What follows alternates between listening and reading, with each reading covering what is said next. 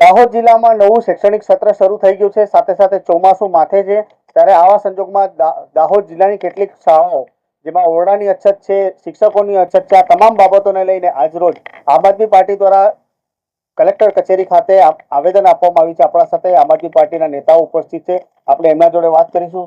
કઈ કઈ બાબતોને લઈને આજે કલેક્ટરશ્રીને આવેદન આપ્યું? જે રીતે આવતીકાલે ગુજરાતની અંદર પ્રવેશોત્સવનો પ્રોગ્રામ થવાનો છે, તો દાહોદ જિલ્લાની અંદર જે 108 જેટલી શાળાઓ છે કે જે ફક્ત એક જ શિક્ષક સાથે ચાલતી છે, અને સાથે સાથે દાહોદ જિલ્લામાં ઘણી બધી શાળાઓ એવી છે કે જ્યાં જર્જરિત હાલતમાં છે, જ્યાં ઓરડાઓની પણ છત છે। તો આજે અમે જિલ્લા કલેક્ટરશ્રીને આ શિક્ષકોની તાત્કાલિક ભરતી કરવામાં આવે, જેટલા પણ જર્જરિત ઓરડાઓ છે તેને નવેસરથી નવીનીકરણ કરવામાં આવે, સાથે સાથે જે કંઈ પણ સુવિધાઓ છે, આ સુવિધાઓના અભાવ છે તેને તાત્કાલિક ધોરણે સુધારો કરવામાં આવે, આ બાબતને લઈને જિલ્લા કલેક્ટરશ્રીને આવેદન છે।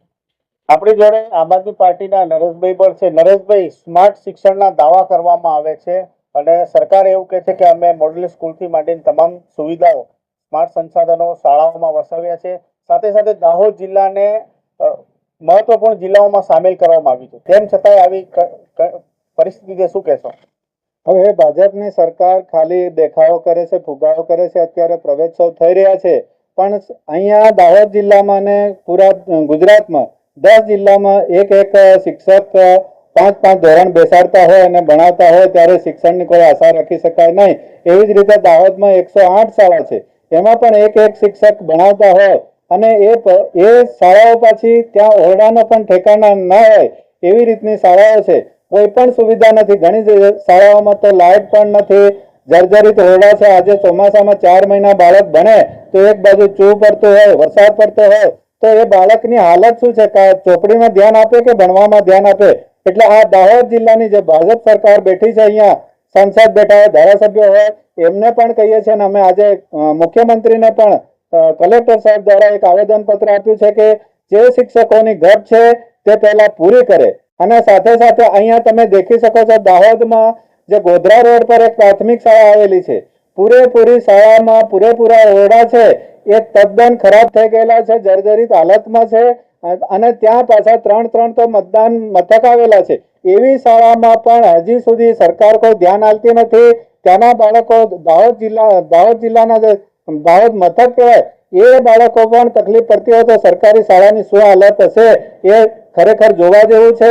આ ભાજપ સરકાર પ્રાથમિક શાળા પર કશું ધ્યાન આપતી નથી અને ફરી ઉપરથી જે શિક્ષકો મનથી ભણાવતા હોય એ નહીં અને ગુજરાતમાંથી મોડ્યુલ આપવામાં આવે છે ને એ શિક્ષણ ભણાવવાનું હોવાથી બાળકમાં અને શિક્ષકમાં પણ તાલમેલ સંધાતો નથી, જેથી આ દાહોદ જિલ્લાનું શિક્ષણ ખાડે ગયું છે, જેની માંગ સાથે અમે દાહોદ જિલ્લા કલેક્ટર સાહેબને આવેદન આપ્યું છે। આજે આપણી જોડે મહિલા નેતા પણ છે, બેન આપણા કેબિનેટ મંત્રી કુબેર ડિંડોર, એ બી આપણી લોકસભા બેઠકમાં સમાવિષ્ટમાં આવે છે। સાથે સાથે સરકારના એવા દાવા છે કે અમે પ્રવાસી શિક્ષક તરીકે બી ભરતીઓ કરી છે અને જ્યાં જગ્યા ખાલી છે ત્યાં અમે ભરી રહ્યા છે તેવા દાવા કરવામાં આવી રહ્યા, શું કહેશો?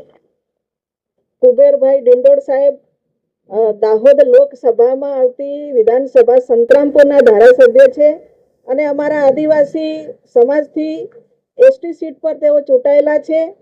કુબેર સાહેબને એટલી ખબર બી છે કે દાહોદ જિલ્લાની અંદર એટલી બધી ખરાબ પરિસ્થિતિ છે અને પોતે આદિવાસી છે, આદિવાસીના નાતે એમને બધી જ ખબર હોય, તેમ છતાં એમને કેબિનેટ મંત્રી આજે ગુજરાત રાજ્યના શિક્ષણ મંત્રીમંડળમાં સ્થાન ધરાવે છે, પણ કુબેર સાહેબે ક્યારે પણ શિક્ષણને ધ્યાનમાં લીધું હોય એવું મને કે આખા જિલ્લાને કે આખા રાજ્યને કોઈ ધ્યાને નથી આવતું કે કુબેર સાહેબના અત્યારે આપણે જોયું તો જે વિદ્યાર્થીઓ શિક્ષકની નોકરી મેળવવા માટે એમને ટીંગાટોળી કરવામાં આવી ત્યારે ચોખ્ખું શટ કુબેરભાઈ ડિંડોર સાહેબને જ વિદ્યાર્થીઓએ ટાર્ગેટ કર્યા છે અને ચોખ્ખા પ્રશ્નો પણ કર્યા છે। કુબેર સાહેબ પોતે પીએચડી થયેલા છે, તો પીએચડી થયેલા જો શિક્ષણ મંત્રી હોય તો આ ગુજરાત રાજ્યની ખરેખર કાયાપલટ થઈ જવી જોઈએ। એની જગ્યાએ આજે આમ આદમી પાર્ટીને શિક્ષકોની ભરતી અને ઓરડાઓની સુવિધા બાબતે જો આવેદનપત્ર આપવા પડતા હોય તો એનાથી આ ગુજરાતની બીજી માઠી દશા શું હોઈ શકે એવું મારું કહેવું છે।